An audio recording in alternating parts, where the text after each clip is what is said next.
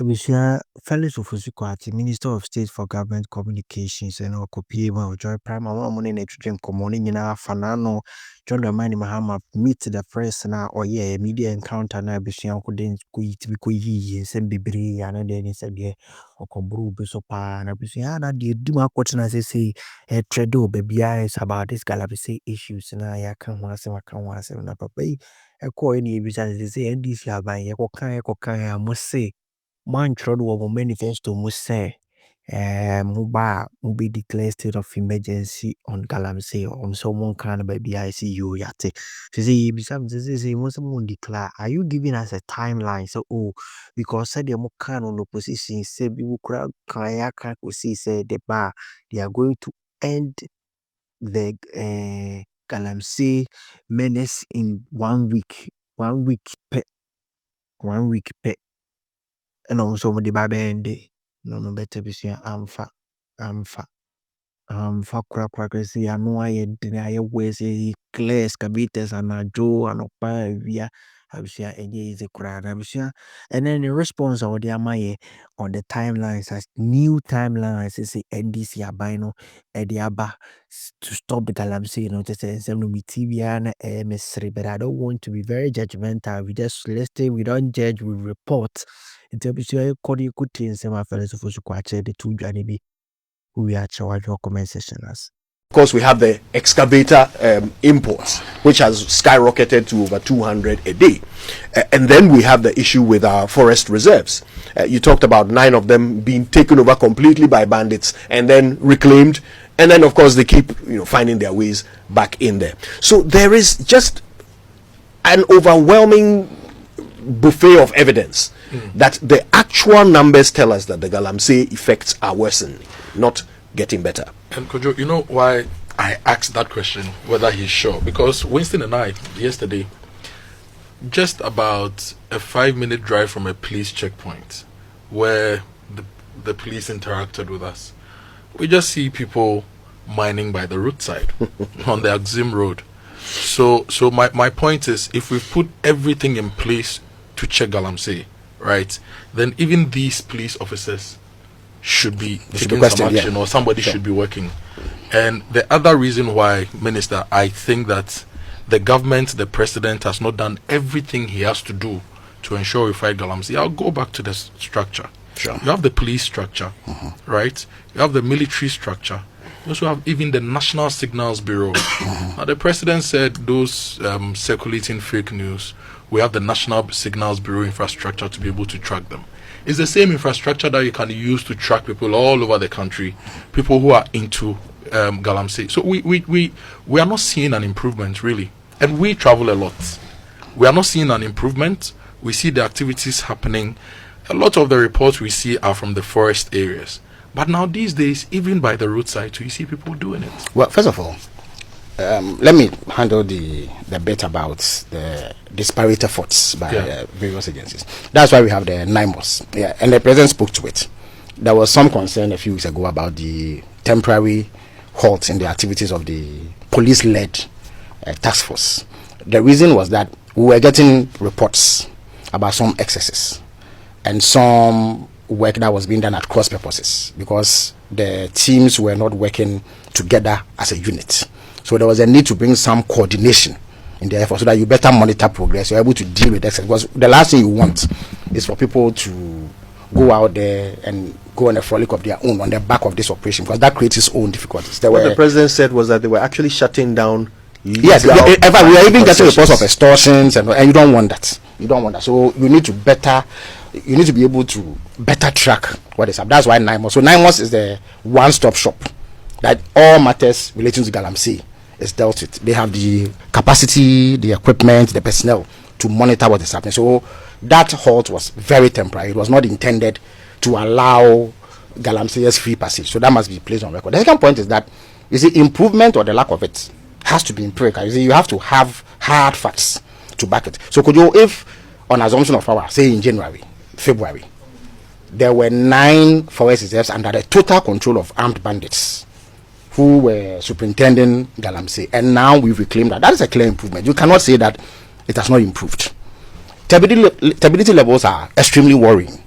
That is why the river guards have been deployed. That is why there's an effort to dechemicalize, to use some technology to reclaim or better improve the quality of the water. The excavator menace, you've raised concern about the excessive importation. That is something government has noticed. So you see that specific action has been put in place to check that.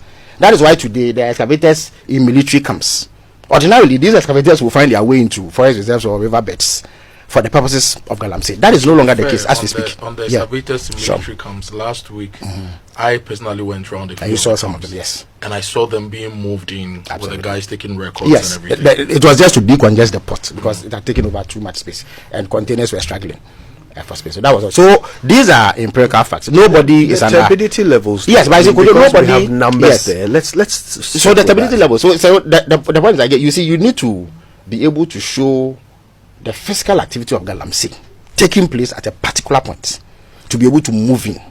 So the turbidity levels may be worrying, no doubt about it. And certainly I don't want a situation where very close to the water source that I drink, there's some galamsey taking place.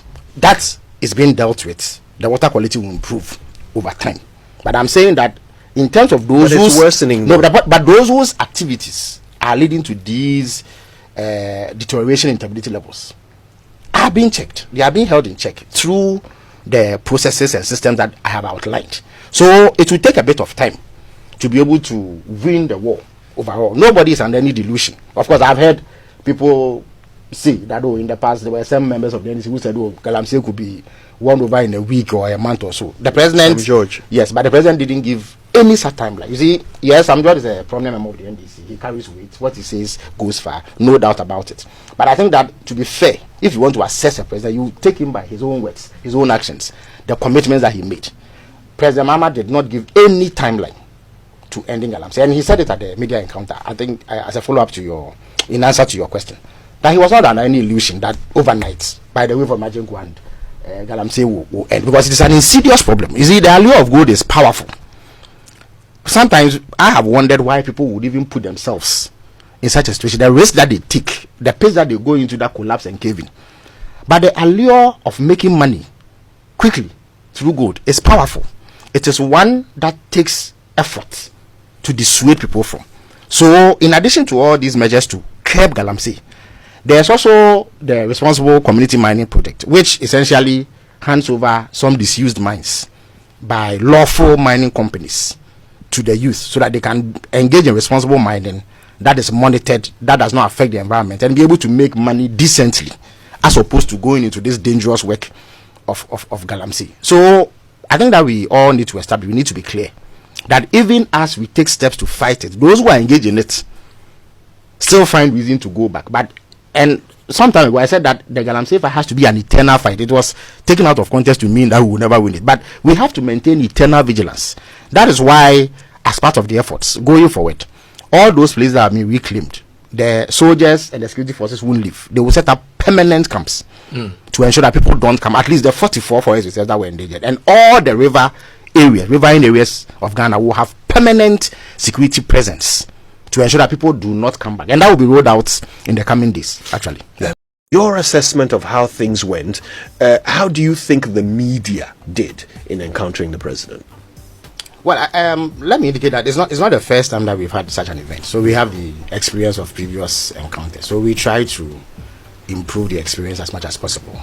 The invitations were sent to the media organizations. I had some claim that we had restricted attendance. No, we hadn't. What we did was that we sent invitations to media houses so that they then selected who represented them.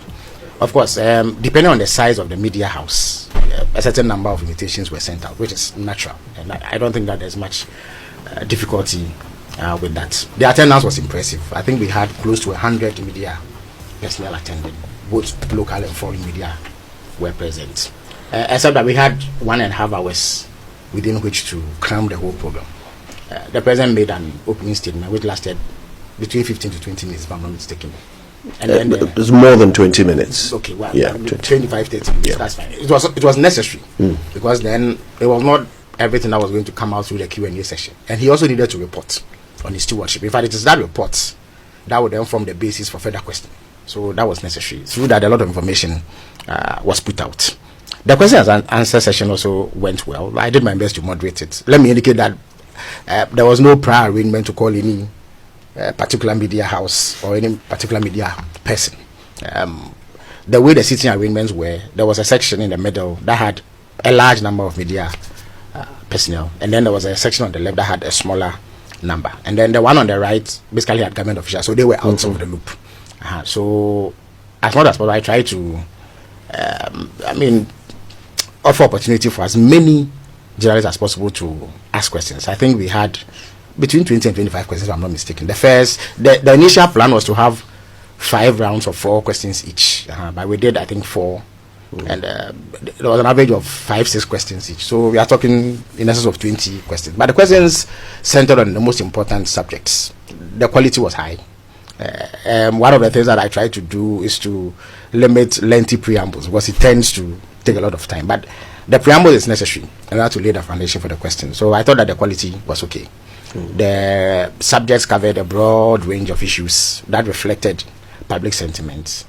Of course, we have always been confident in the president's ability to field questions. The reason is that, and working closely with him, he is not one who sleeps on the job in terms of his briefs. He takes his briefs very seriously, and he is constantly on the beat to learn what is happening. He does not micromanage sectors or ministries, but he keeps an eye on everything that is happening. That is why you find that on every subject that you throw at him, he is able to offer substantive answers, and it is one of the things that endears him to many people.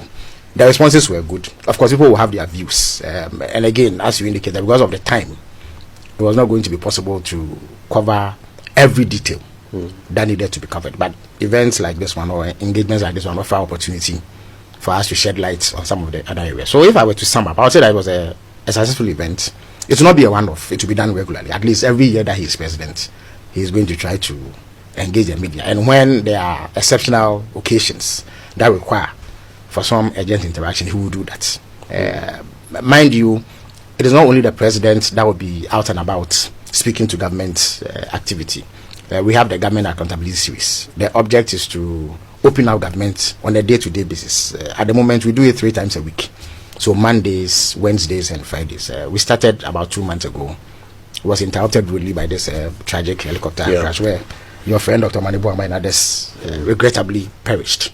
Today, for instance, the foreign minister is on the beat. He will be there to answer important questions relating to Ghana's standing in the international community. On Wednesday, we are likely to have the transport minister also. So these are ways that we try to meet media expectations, because I know that there are burning issues that on a daily basis agitate your mind and you need answers to them. So we are more than happy to engage, open up government and allow citizens through viewing the media, of course, to let us know what they feel about how we are governing and what we can do to improve the whole arrangement. All right.